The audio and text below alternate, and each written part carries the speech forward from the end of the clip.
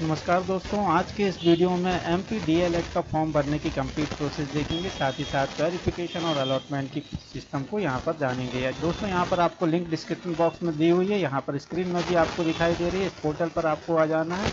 यहाँ पर आने के बाद आपको काउंसलिंग गतिविधियाँ का जो ऑप्शन है इस पर क्लिक करेंगे। यहाँ पर क्लिक करते ही आपके सामने काउंसलिंग गतिविधियाँ नीचे की तरफ यहाँ दिखाई दे जाएंगी। आप किसी भी राउंड का फॉर्म फिल करते हैं तो सबसे पहले नंबर पर ऊपर ही आपको ये रजिस्ट्रेशन वाला जो ऑप्शन है ये दिखाई देगा।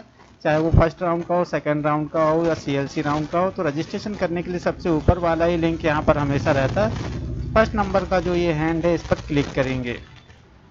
अब यहाँ पर कुछ दिशा निर्देश आपको दिखाई देंगे, इन्हें आप पढ़ सकते हैं। अदरवाइज़ मैं आप लोगों को इस वीडियो में सारी चीज़ें बताने वाला हूँ। चेक बॉक्स पर क्लिक करेंगे और कंटिन्यू बटन पर क्लिक करेंगे। अब यहाँ पर आपसे ये पूछा गया है कि 12th आपने MP बोर्ड से की हुई है, तो यहाँ पर आपको हाँ और नहीं का ऑप्शन दिखाई देगा। यदि MP बोर्ड से की है तो हाँ पर क्लिक करेंगे। क्लिक करते ही कुछ और ऑप्शन आपके सामने यहाँ अवेलेबल हो जाएंगे। तो 12th आपने किस वर्ष में पास की है यहाँ पर आपको सिलेक्ट करना होगा। जिस भी वर्ष में आपने 12th कंप्लीट की है उस ईयर को यहाँ पर फिल करेंगे। 12th का रोल नंबर दिए गए बॉक्स में 12th का रोल नंबर फिल करेंगे। अब ड्रॉप डाउन लिस्ट से आपको आपका बोर्ड एक बार फिर से यहाँ पर सिलेक्ट कर लेना है।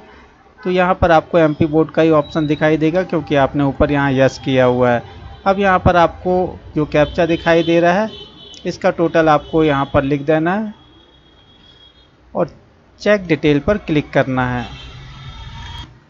अब दोस्तों, यहाँ पर व्यक्तिगत जानकारी में आपको 12th की मार्कशीट से उठाई गई सारी डिटेल दिखाई दे जाएगी। इसे चेक करेंगे और verify detail and proceed to registration पर क्लिक करेंगे। अब यहाँ पर आपका फॉर्म ओपन हो चुका है। दोस्तों, यहाँ पर हम 10th की मार्कशीट के अनुसार आपकी डेट ऑफ बर्थ फिल करेंगे। दिए गए फॉर्मेट में ही आपको जो 10th की मार्कशीट के हिसाब से डेट ऑफ बर्थ है वो फिल करना है। इसके बाद रिलीजन सिलेक्ट करेंगे। मूल निवासी है मध्य प्रदेश के, उसे सिलेक्ट करेंगे। मूल निवासी में आपको दो ऑप्शन दिखाई देंगे। यदि आपके पास मूल निवासी प्रमाण पत्र नहीं बना है तो स्वघोषित प्रमाण पत्र भी आप यहाँ पर लगा सकते हैं।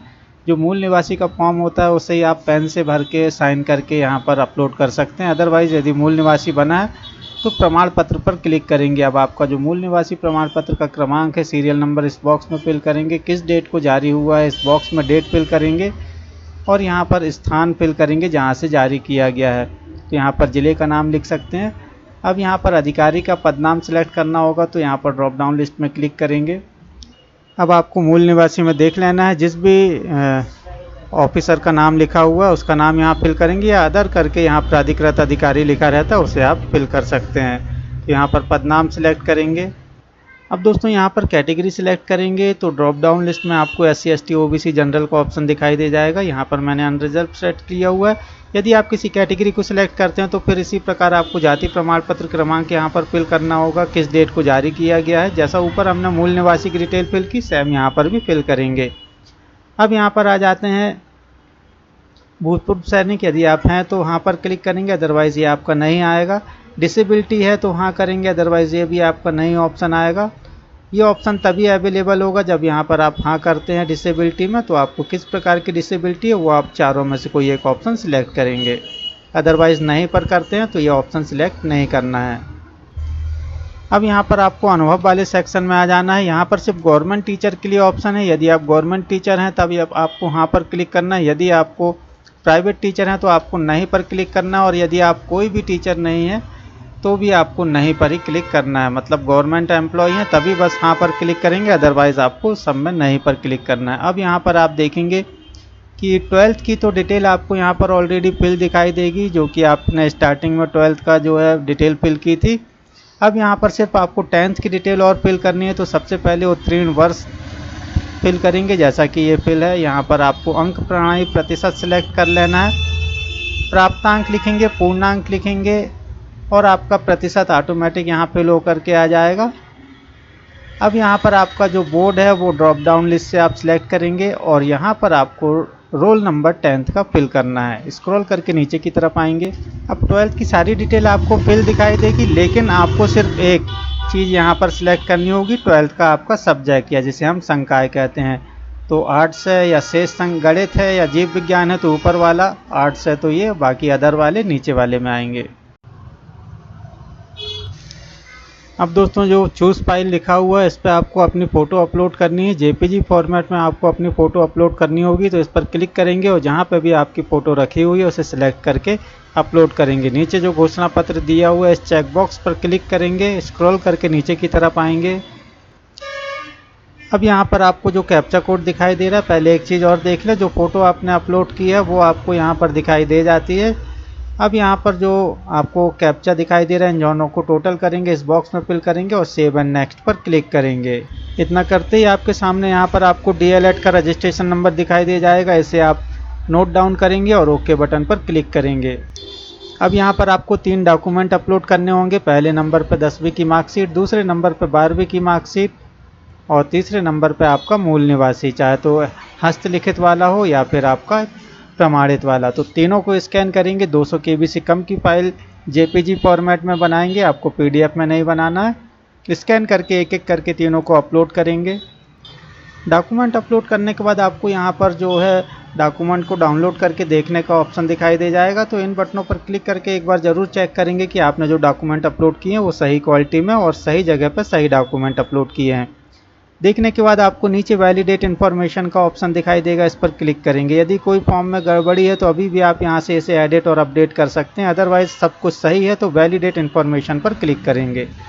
अब यहां पर कई बार आपको ओके पर क्लिक करना होगा, आपको कुछ मैसेज दिखाई देंगे तो इन सभी को ओके करेंगे। सभी इंस्ट्रक्शन को ओके करने के बाद आपको यहाँ पर पेमेंट के लिए प्रोसीड का बटन दिखाई दे जाएगा, तो ओके पर क्लिक करेंगे। अब आपके मोबाइल में एक मैसेज आया होगा जिसमें वेरिफिकेशन कोड लिखा होगा, उस कोड को इस बॉक्स में लिखेंगे और प्रोसीड टू पेमेंट पर क्लिक करेंगे। अब यहाँ पर आप अपनी पेमेंट को कंप्लीट करेंगे। Debit card, credit card, net banking या यूपीआई के माध्यम से पेमेंट को कंप्लीट करेंगे। इस तरीके से आपका रजिस्ट्रेशन कंप्लीट हुआ। नीचे की तरफ आके प्रिंट आउट निकालेंगे आपके रजिस्ट्रेशन का। अब आपको चॉइस फिलिंग की प्रक्रिया को करना, तो एक बार फिर होम बटन पर क्लिक करेंगे और अपनी चॉइस फिलिंग को कंप्लीट करेंगे। एक बार फिर काउंसलिंग गतिविधियों पर आएंगे और यहाँ पर आपको सेकंड नंबर पर चॉइस फिलिंग का ऑप्शन दिखाई दे जाएगा। इसके आगे जो सबसे आखिरी में हैंड बना हुआ है इस पर क्लिक करेंगे। आपका जो डीएड का एप्लीकेशन नंबर है इस बॉक्स में फिल करेंगे। डेट ऑफ बर्थ आपको दिए गए फॉर्मेट में फिल करना है। कैप्चा कोड को प्लस करके इस बॉक्स में लिखेंगे और सबमिट बटन पर क्लिक करेंगे। चॉइस फिलिंग करने के लिए आपको पहले पासवर्ड क्रिएट करना होगा, रीसेट करना होगा। ओके बटन पर क्लिक करके पासवर्ड रीसेट करने की प्रोसेस करेंगे। एक बार फिर जो कैप्चा कोड दिखाई दे रहा है इस बॉक्स में फिल करेंगे और सबमिट करेंगे। एक बार फिर आपके मोबाइल में एक वेरिफिकेशन कोड आएगा, इस बॉक्स में फिल करेंगे। अब आपको जो भी पासवर्ड बनाना चाहते हैं इन दोनों बॉक्स में आपको सेम पासवर्ड फिल करके चेंज पासवर्ड पर क्लिक करना है। जैसे ही पासवर्ड आपका सक्सेसफुली चेंज हो जाता है, एक बार फिर आप इसी पोर्टल पर फिर से इसी पेज पर आ जाते हैं। यहाँ पर एक बार फिर आपको अपना application number, date of birth और जो कैप्चा दिखाई दे रहा है इससे फिल करके सबमिट करना है। जो भी पासवर्ड आपने बनाया हुआ था, 2 बार बॉक्स में लिखा हुआ था, उस पासवर्ड को एक बार फिर यहाँ पर एंटर करेंगे और लॉगिन फॉर चॉइस फिलिंग पर क्लिक करेंगे। इस तरीके से आप चॉइस फिलिंग के पेज पर एंटर करेंगे। यहाँ पर आपको एमपी के पूरे कॉलेज दिखाई दे जाएंगे सीक्वेंस में। अब आपको यहाँ पर डिस्ट्रिक्ट सिलेक्ट कर लेना, जिस भी ज़िले के आप कॉलेज सेलेक्ट करना चाहते हैं तो यहाँ पर आप ड्रॉप डाउन लिस्ट में क्लिक करेंगे और अपना ज़िला सिलेक्ट करेंगे। उस ज़िले के सारे कॉलेज की लिस्ट आपको प्राइवेट और गवर्नमेंट सब एक साथ आपको दिखाई दे जाएगी। अब यदि आप सिर्फ गवर्नमेंट कॉलेज देखना चाहते हैं तो यहाँ पर कॉलेज टाइप में ड्रॉप डाउन लिस्ट पर क्लिक करेंगे और गवर्नमेंट सेलेक्ट करेंगे। दोस्तों गवर्नमेंट कॉलेज आप सिलेक्ट करेंगे तो यहाँ पर ये जबलपुर हट जाएगा और आपको पूरे मध्य प्रदेश के गवर्नमेंट कॉलेज यहाँ पर नीचे दिखाई दे जाएंगे। इसलिए अच्छा तरीका ये है कि आप डिस्ट्रिक्ट वाइज ही चॉइस फिलिंग करें। यहाँ पर आप डिस्ट्रिक्ट सेलेक्ट करेंगे तो उसमें गवर्नमेंट और प्राइवेट सभी कॉलेज आएंगे। तो गवर्नमेंट कॉलेज को आप चाहें तो पहले सिलेक्ट कर लें और जिन भी कॉलेज में आपको एडमिशन लेना चाहते हैं तो इनके सामने चेक बॉक्स बना हुआ है। सीक्वेंस में इस चेक बॉक्स को आप टिक करेंगे जिस कॉलेज में एडमिशन लेना चाहते हैं। तो वो आपको यहाँ सीक्वेंस में कॉलेज के नाम जो एक एक करके इस तरफ को आते जाएंगे। आप चाहें तो इस एरो बटन से कॉलेज को सिलेक्ट करने के बाद एरो बटन से ऊपर और नीचे कॉलेज को कर सकते हैं। आपकी जो प्राथमिकता क्रम है उसे ऊपर नीचे कर सकते हैं। इतना करने के बाद आपको सबमिट प्रेफरेंस पर क्लिक करना होगा।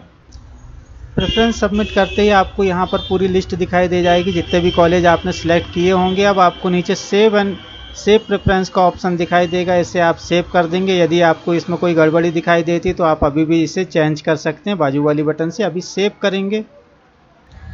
अब आपको नीचे एक बार आ जाना और यहाँ पर चेक बॉक्स बना हुआ है, इस पर क्लिक करेंगे और प्रोसीड टू पेमेंट पर क्लिक करेंगे। अपनी पेमेंट को किसी भी माध्यम से यहाँ पर कंप्लीट करेंगे।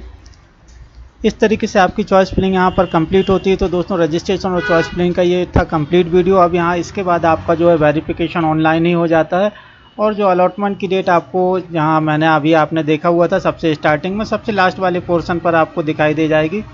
तो विविध जानकारी में सारी चीज़ें आपको दिखाई दे जाती हैं। इस तरीके से दोस्तों ये कंप्लीट प्रोसेस थी। इसके रिगार्डिंग यदि आपको कोई भी क्वेरी हो, कोई क्वेश्चन हो तो दोस्तों कमेंट्स करें, मेरे पास उसका जवाब होगा तो मैं आप लोगों के साथ शेयर करूंगा। फिर मिलेंगे किसी नई जानकारी के साथ, तब तक के लिए नमस्कार।